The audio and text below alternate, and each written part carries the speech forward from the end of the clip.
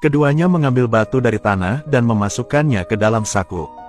Kemudian berpegangan tangan dan berjalan menuju danau. Karena sudah tua tidak bisa menjaga anak lagi. Mereka memilih untuk mengakhiri hidup mereka seperti itu. Mereka khawatir setelah pergi tidak ada yang peduli ke anak lagi. Mereka menggunakan harga tinggi untuk mempekerjakan seseorang untuk merawat mereka, tetapi ketika dia melihat anak mereka, boneka keramik, dia tidak bisa menahan tawa. Tindakan ini membuat sang kakek dan nenek tidak senang. Jelas sekali mereka tidak bercanda.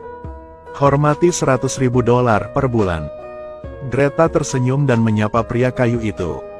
Kami mempekerjakan banyak pengasuh. Tapi semuanya ditolak oleh anakku. Karena tidak ada orang yang semuda dan secantik kamu. Keesokan harinya wanita tua itu selesai mengatur pekerjaannya. Pagi-pagi sekali, harus tepat waktu untuk membangunkannya. Lalu berpakaian rapi. Saatnya memberi sarapan kepada boneka kayu. Ia harus memainkan musik kesukaannya, dan setelah makan, ia harus membacakan puisi untuk boneka kayu tersebut. Bahkan sebelum tidur malam, bacakan Alkitab secara religius kepadanya. Tindakan ini membuat Greta sedikit bingung. Dari sudut pandang Greta, ini hanyalah boneka kayu biasa. Setelah kembali ke kamarnya, dia menelepon sahabatnya untuk mengeluh. Lagi pula, menjadi pelayan boneka kayu sungguh luar biasa. Sahabatnya menyuruhnya untuk tidak khawatir. Orang kaya mempunyai minat khusus yang tidak aneh.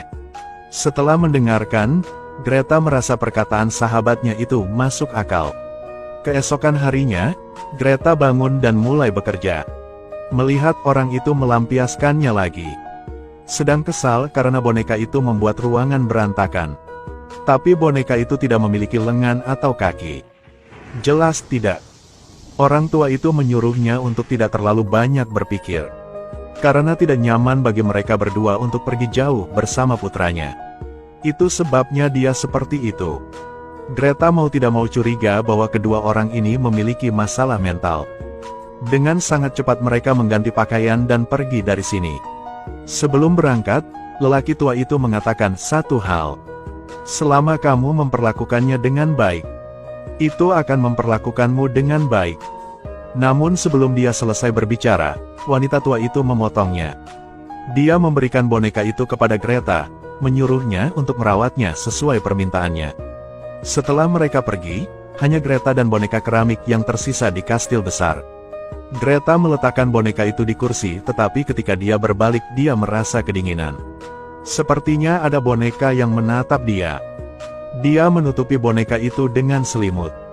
Tidak ada pengawasan dari kedua kakek dan nenek Greta yang lebih berani. Siapkan makanan seperti seorang master.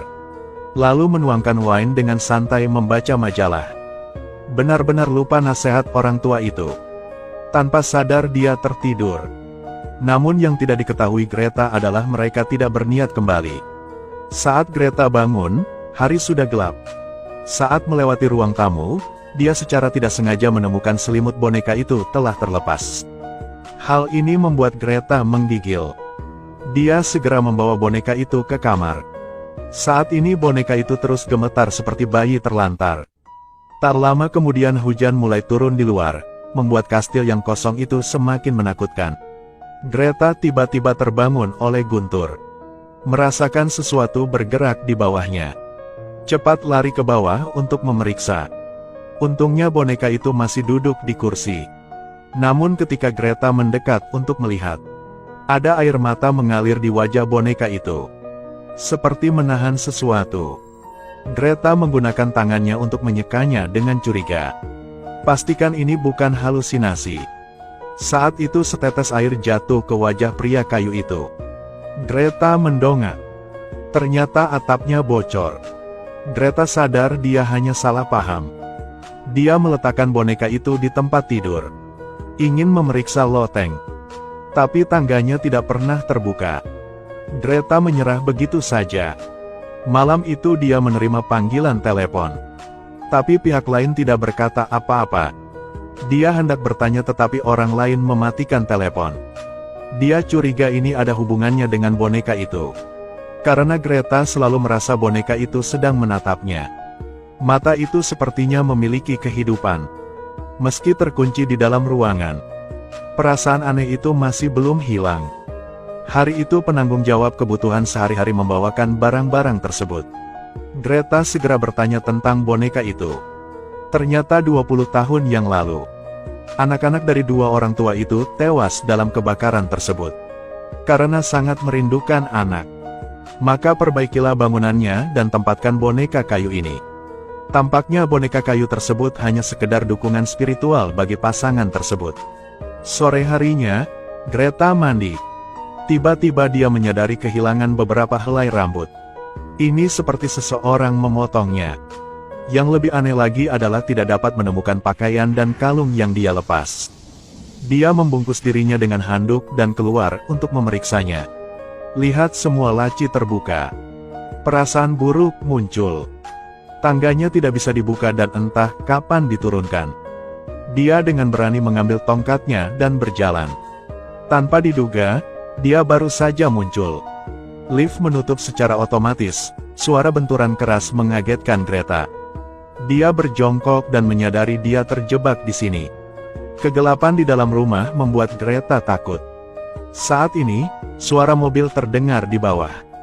Greta segera mendekati jendela. Melihat pengantar barang mengetuk pintu.